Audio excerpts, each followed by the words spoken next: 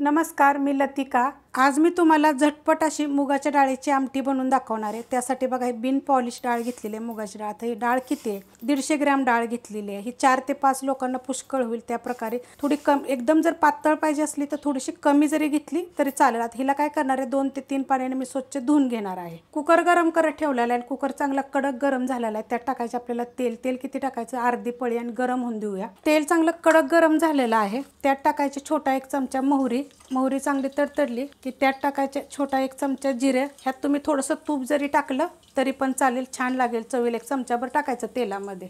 त्यात टाकायचं 2 चिमूट आपल्याला हिंग पावडर, कढीपत्ता।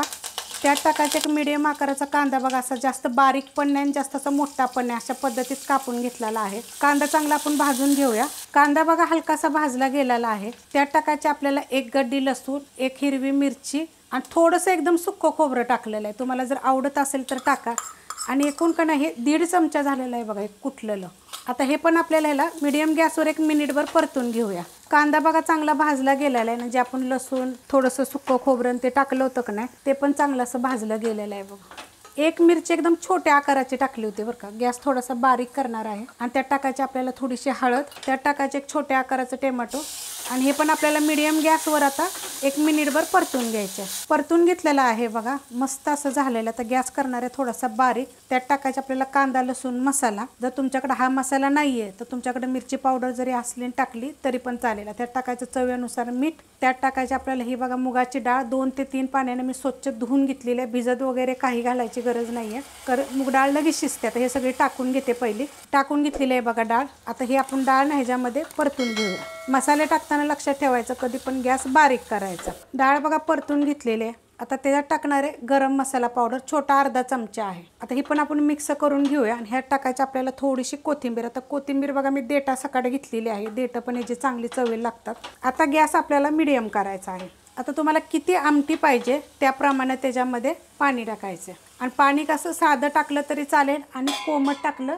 तरी पण चालेल। खूप साऱ्या अशा मुलींनी कमेंट केल्या होत्या की मावशी आम्ही एकटंच राहतो असं मुली तर तुम्ही आम्हाला अशी डाळ वगैरे दाखवा। तर खूप डाळीच्या रेसिपी आहेत। आणि तुम्ही मूग डाळीचं बोलला होता, तर हे मूग डाळीची पण पहिली रेसिपी अपलोड केली तरी सुद्धा तुमच्यासाठी खास बघा हे झटपट अशी दाखवलेली अशा पद्धतीत करायचे। आता हे जे मी पाणी जे टाकले तर हा ग्लास आहे 1.5 ग्लास टाकलेला। तर तुम्हाला किती पाहिजे त्याप्रमाणे पाणी टाकायचं। आणि मुगाची डाळ सुद्धा काय होतं मग त्या शिजल्यानंतर थोडीशी घट्ट होते। आता हे असं शिजवलं तरी तुम्ही चालेल, नाही तर कुकरला 3 शिट्ट्या करून घेतल्या तरी पण चालेल। आता तुम्ही म्हणाल की असं किती वेळ शिजवायचं, तर तुम्ही बारीक गॅसवर जर शिजवलं का नाही तर 15 मिनिटांमध्ये चांगली शिजते। मूग डाळीला जास्त वेळ लागत नाही।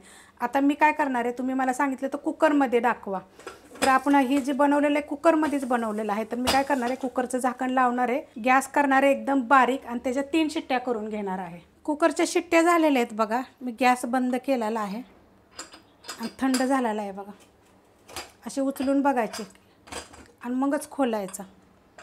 बघा मस्त अशी डाळ झालेली आहे, 1 नंबर। आणि शिजलेली पण बघा किती। आता ही किती बघा घट्ट झालेली आहे अशी, कारण की आपण 1.5 ग्लास पाणी टाकलं होतं। जर तुम्हाला पातळ पाहिजे तर तुम्ही अजून पातळ पण ही करू शकता, कारण की खूप घट्ट आहे। पण ही मस्त लागते चवीला, करून बघा। आता ह्याच्यामध्ये तुम्ही 1 चमचा तुपाची धार टाकू शकता। एकदम मी थोडंसं सुकं न कळत टाकलेलं आहे खोबरं। तुम्ही थोडंसं ओलं खोबरं जरी टाकलं आणि केलं तर कुठलं तरी पण चालेल, करून बघा। रेसिपी आवडली तर लाईक करा, सबस्क्राईब करा, कमेंट करा आणि शेअर बी करा।